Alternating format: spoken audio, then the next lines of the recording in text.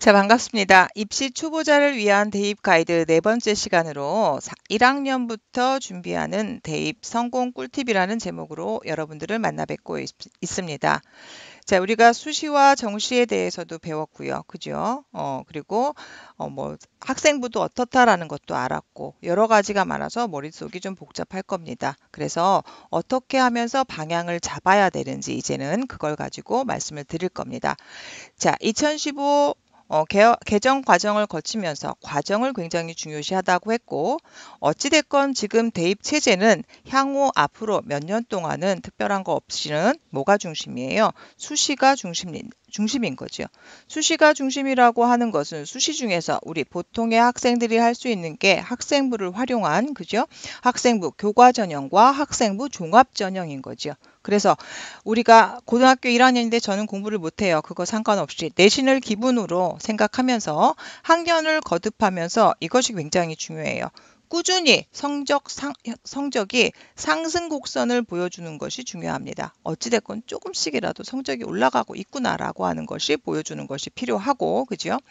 자, 정시는 40%로 확대되고 있습니다. 그렇다라고 하면 정시에서 내가 합격할 수도 있으니까 어때요? 정시도 놓치면 안 되겠죠. 그러니까 우리 고등학생 친구들은 수시에도 대비를 해야 되고, 그죠? 그다음에 정시에도 대비를 둘 다 나는 무조건 정시야 이건 옳지 않고요. 나는 무조건 수시야 이것도 옳지 않아요. 그렇다라고 하면 내신과 수시와 내신을 다 가져가려고 하면 수시라는 것은 교과를 잘해야죠. 내신을 잘해야 되는 거고. 그죠? 그다음에 정시라는 것은 수능을 잘 봐야 되는 거니까 우리 고등학생들은 모두 다 내신도 잘해야 되고요. 내신 대비도 하면서 모의고사도 대비하고 그리고 또 뭐 하나 있어요. 과정을 중요시한다고 했으니까 과정에 대비한 뭐요? 수행평가에 대비하기 위한 것을 항상 염두를 둬야 된다라는 거죠. 그래서 고등학교 1학년은 어느 것 하나도 포기할 수 없어요. 그렇기 때문에 먼저 첫 번째 시간에 고등학생들은 매월 시험들이 있죠. 시험들도 있고 방학 때 무얼 하라고 그랬어요. 그때 자기의 그 생기부에 기록할 수 있는 봉사활동이든 독서든 이런 것들을 채워야 한다라고 했었을 거예요. 그래서 우리 고등학교 1학년들은 학교 생활과 수능 대비의 균형 있는 조화를 통해서 수시와 정시 모두 활용할 수 있는 것을 다 가지고 가야 된다라는 거죠. 그래서 고등학교 1학년 때부터 전 정시만 할래요. 수시만 할래요. 이건 바람직하지 않고 내신과 모의고사와 수행평가를 모두 가져갈 수 있는 그런 골고루 된 학습이 돼야 된다라는 거. 이걸 꼭 기억을 해둬야 될 것 같고요. 자, 우리 먼저 교과 내신 성적을 먼저 관리하는 걸 볼 텐데, 자, 교과 내신을 가져가는 이유는 뭐예요? 수시 학생부 무슨 전형? 교과 전형에 대비하기 위한 거죠. 그죠? 자, 학생부 교과 전형은 무조건 뭐예요? 교과 성적이 절대적인 전형이죠. 자, 그렇다라고 하면 고등학교 1학년, 2학년, 3학년이 있는데, 그죠? 어떤 성적들을 가지고 교과 전형은 성적이 들어가나요? 라고 하는데 보통의 대학교들은 이런 방향으로 2, 3학년 거에 가중을 많이 둬요. 그래서 1학년 성적은 20%만 볼게. 2학년 건 40%, 3학년 건 40%. 그럼 3학년 건 언제까지예요? 수능 원서 쓰기 전까지죠. 그러니까 몇 학년 거? 3학년 1학기까지만 볼 거예요. 그러니까 3학년 1학기까지 내신은 관리를 해야 된다라는 거죠. 그죠? 그리고 교과 전형이라는 것은 어쨌거나 어때요? 어쨌거나 교과 성적이 절대 전형인 전형이고 내신이든 수능이든 등급이 이렇게 있고 1등급부터 9등급이 있고 상위권 서울시내 수도권 대학을 하려면 내신이 어떻게 돼야 된다? 적어도 2등급 2.5도 조금 불안하긴 하지만 1, 2등급 정도는 맞춰줘야지만 갈 수 있다. 1학년 때 20%니까 1학년 때 조금 떨어졌어도 2학년 때 올라가면 40%니까 2학년 때 열심히 해야 되겠죠. 3학년 때도 3학년 1학기까지만 들어간다라는 거. 자, 그렇다라고 하면 두 번째 교과 전형에 대비하기 위한 거 했고 두 번째 종합 전형입니다. 학생부 종합 전형은 어때요? 내신 성적보다 어때요? 학생부에 기록된 것이 굉장히 중요하다고 했죠. 그죠? 자, 그러면 학생부 종합 전형 학생부에 기록되는 것이 기재하는 항목 중에서 중요한 거 여기서부터 1번부터 9번까지 있는데 어찌됐건 교과서 내신은 중요하고요. 그리고 제일 중요한 건 뭐라고 그랬어요? 세특. 세부 능력 및 특기 사항이고 그 다음에 동아리 활동, 행동 특성 및 종합 의견 이런 순으로 되어 있죠. 그죠? 그리고 학종에서는 학생부 종합 전형에서는 어때요? 활동 기록이 최고의 변별력입니다. 활동을 얘가 어떻게 하고 있나? 그죠? 그리고 특히 수업 활동에 적극적이고 성실히 참여해 세특 기록에서 승부를 보겠다는 자세가 필요합니다. 그죠? 그래서 내가 적극적으로 하고 있다. 그래서 이런 내용들이 다 들어갈 수 있게 세부 능력 및 특기 사항에 이 아이가 동아리 활동을 통해서 어떤 것이 좋아지고 얘가 변하고 있습니다라고 하는 것이 필요하다라는 거. 그래서 요것이 가장 중요하다라는 거. 그죠? 그래서 여기에 있는 요 세 가지. 교과 내신을 뺀 요 세 가지는 특히 중요하다. 요것을 잘 가지고 가야 되겠다라는 것을 머릿속에 꼭 넣어놔야 되고요. 자, 그리고 우리 이제 학생부 종합전형에 대비하기 위한 것 중에 활동 사항들이 있었죠. 여기 있는 거. 수상 경력, 독서 활동, 동아리 활동, 봉사 활동, 진로 활동. 그죠? 이거는 어때요? 얘는 어쨌거나 뚜렷한 목표가 있어야 돼요. 뚜렷한 목표를 가지고 전공 관련 활동을 열심히 한 학생들을 높게 평가합니다. 그래서 자기가 가려고 한 전공과를 하기 위한 뭐 진로 체험 활동이라든가 동아리 활동이라든가 독서라든가 이런 것들도 굉장히 중요하고요. 인성에 관한 것도 되게 많이 평가를 봅니다. 그러니까 그런 것들도 전반적으로 중요하고 여기서 또 하나 말씀드리면 여기에서 어떤 행동 특성 및 종합 의견에서 학폭이나 무슨 문제들, 학교에 문제들 있는 것은 절대 대학에 들어가기 어려우니 문제가 많이 될 수 있는 소지가 많으니 그건 특별히 주의해야 한다는 거 말씀을 좀 드리도록 할 거고요. 자, 그러면 아까 말씀드렸던 여기 종합전형에 대비하기 위해서 그죠? 종합전형에 많은 것들을 써야 되고 활동을 해야 되는데 그거는 그럼 여기에 있는 요거 교과외 활동은 어떤 기준으로 평가를 하나라고 했더니 이런 기준인 거죠. 어떤 기준이에요? 얘가 협동심을 갖고 있냐? 리더십도 있냐? 학업 의지가 있는가? 교우 관계는 어떤가? 인성은 어떤가? 그리고 여기도 마찬가지죠. 얘가 어떤 목표를 가지고 어떻게 하는가? 특히 중요한 건 뭐라고 그랬어요? 변화를 가지고 오는가에 대한 것이 굉장히 어때요? 중요하다라고 했어요. 어떤 걸 가지고 변화하고 있는가라고 하는 것에 집중하고 있으니 그 부분에 꼭 뭔가를 기록될 수 있는 그런 것들을 남겨놔야 되겠다라고 전달을 드리고요. 자, 수시 논술 전형 대비입니다. 논술 전형도 있어요. 상위권에서 하고 있고 줄어들고는 있다고 하지만 논술을 하겠다는 친구들 예시 문제를 가지고 왔습니다. 자, 보면 인문사회계라고 되어 있죠. 인문사회계. 그러니까 보니까 어때요? 여기 표죠. 도표가 나오고 여기 이렇게 표가 있어요. 그리고 문제가 이렇게 가, 나, 다 표를 보고서 다음에 대해서 논술하시오, 뭐 쓰시오라는 거예요. 그래서 인문사회계 논술은 주어진 제시문의 틀 안에서 논지를 전개하는 방식이지 어떤 우리가 알고 있는 글을 읽고 글에 대한 느낀 점이라든가 이런 거 쓰는 것이 아니다. 그러니까 조금 더 경제 쪽에 가까운 것이다라고 보시면 될 것 같고요. 그렇기 때문에 논술을 준비하는 학생들은 미리 이런 거에 대해서 특히 비교과 비문학에 대한 접근들을 해서 글에 대해서 읽고 요약하고 그다음에 어떤 논지를 제시할 것인가 전개할 것인가 그거에 대한 것이 많이 필요하다라고 보면 될 것 같습니다. 자, 두 번째는 자연계 논술입니다. 자연계 논술은 어떻다고 그랬어요? 수능 수학보다도 어땠다고요? 어렵다라고 했어요.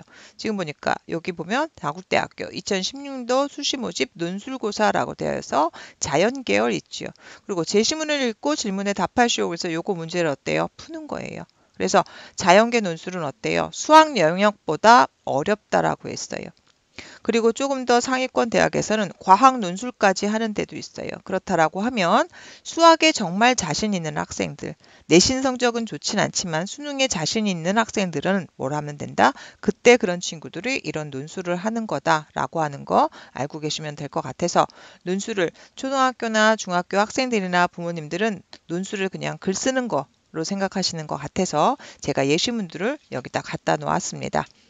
자, 수능에 대비하기 위한 것, 또 정시에 대비하기 위해서 수시에 대비해야 돼요. 최저라는 것이 있다고 했죠. 최저. 그죠? 그래서 수시에서도 너 교과 전형이든 특히 교과 전형 같은 경우는 너 국어, 영어, 수학, 수능 최저 학력 몇 등급 맞춰와라고 하는 것이 있으니까 어때요? 정시랑 수시랑 같이 대비하기 위해서 어때요? 수능 최저 학력도 맞춰야 된다라는 거죠.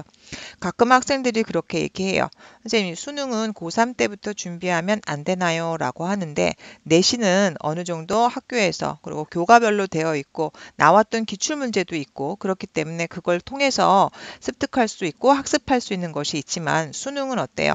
통합적 사고력과 문제 해결력을 요구합니다. 그죠? 그리고 단시간에 성적을 올리기가 어려워요. 그래서 지문을 통해서 정보를 통해서 답을 찾아내는 능력을 평가하는 유형들이 많습니다. 그리고 범위가 어때요? 굉장히 넓어요.